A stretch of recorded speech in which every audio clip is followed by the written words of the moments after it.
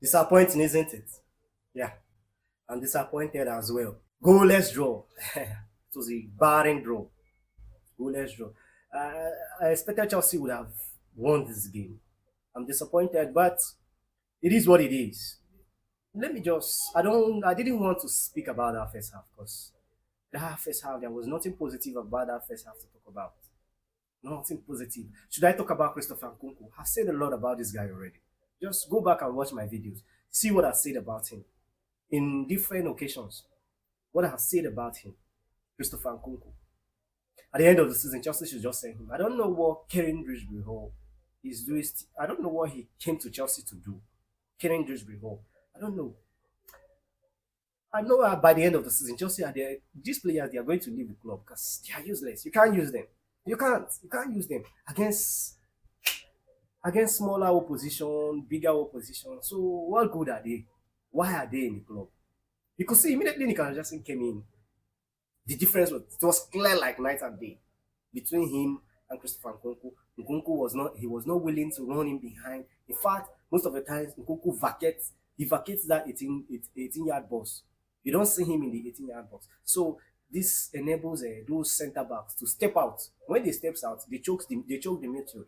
You will see you just be passing the ball around you, no more threat, nothing to play for. That was what Chelsea was doing throughout that first half. I think the only brightest player that Chelsea had in that first half was Noni Madueke. And Noni Madueke as well, you can see he's clearly not match ready. He's not fit. He's not fit. He doesn't have match full fitness. You could see when he was substituted, he was already tired. He was exhausted already. So he's not yet back to his normal self. And also, Chelsea, we need a right-footed left winger because Jadon Sancho, to be sincere, I don't want him receiving the ball. I'm telling you the fact. I don't want Chelsea players giving him the ball because anytime you give him the ball, it is just useless.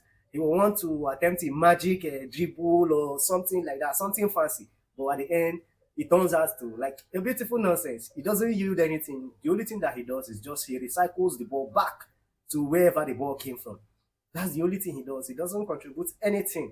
He doesn't impute anything in the attack. Jadon Sancho. There was some occasions where he should have taken a shot.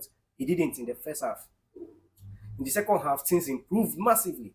Immediately, in fact, with only one substitution, it as in the difference of the. It was as if it was a different team that was playing in the second half. Just with the introduction of one person, Nkunku was ejected, and Nicolas Jackson was injected.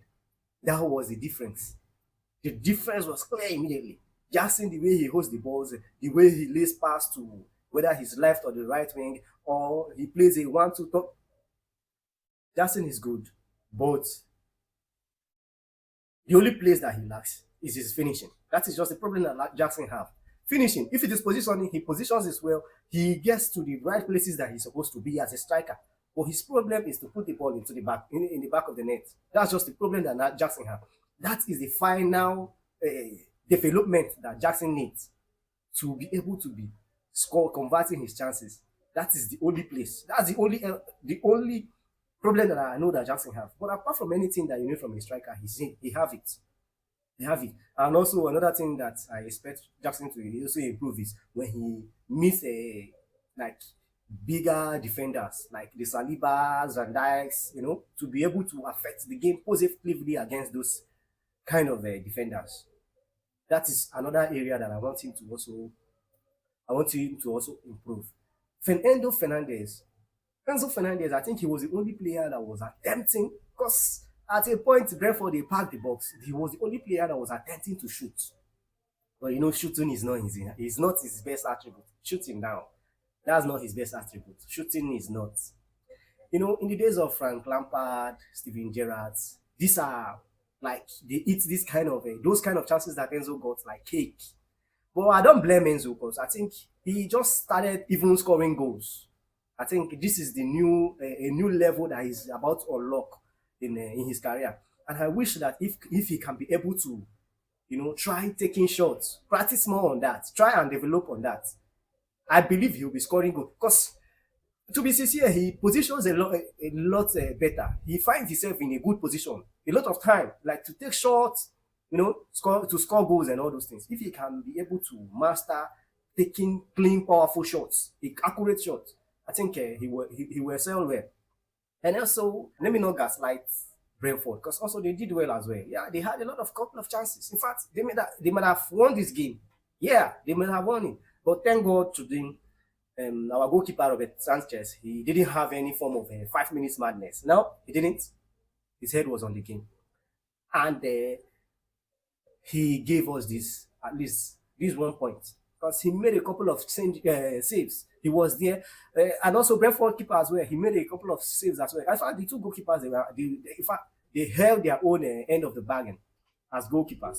So kudos to Robert Sanchez. Thank God he didn't perform any magic today. So his head was on point today. So kudos to him. And now Chelsea, I think, will be hoping that Manchester United gets a point against Manchester City because we are currently on 53 points. We are still in fourth place. 53 points. Manchester City, they are following us with a 51 points, just 2 points behind us. So if they win Manchester United today, they are going to go back to fourth position and will be in fifth place. And as well, Newcastle United, they are in 50 points. So I know they are going to win Leicester City on Monday. So if they win Leicester City, they will be in the same point with Chelsea, but they will not be ahead of Chelsea. Why? Because of goal difference. They need at least 7 to 8 goals for them to be ahead of Chelsea. So I don't think that they are going to score 7 or 8-0 against Leicester City. But this is football. If they do that, then they will be ahead of Chelsea, and Chelsea will be in sixth place. But I don't pray any of these things will happen. Aston Villa already there. Chelsea is already 2 points behind them. They are in 51 points, but they have played their match already. And also the seventh place Fulham. I was surprised when I saw this. They are in 48 points, 5 points behind Chelsea. They are in fourth place. So any magic with two games, you can see yourself in eighth place or so. And Brighton, yes, Brighton as well. They are in. I think they are 6 points behind Chelsea as well. So 2 games, you can see yourself in ninth place. It's quite shocking. So that's it, guys. I will see you in my next video.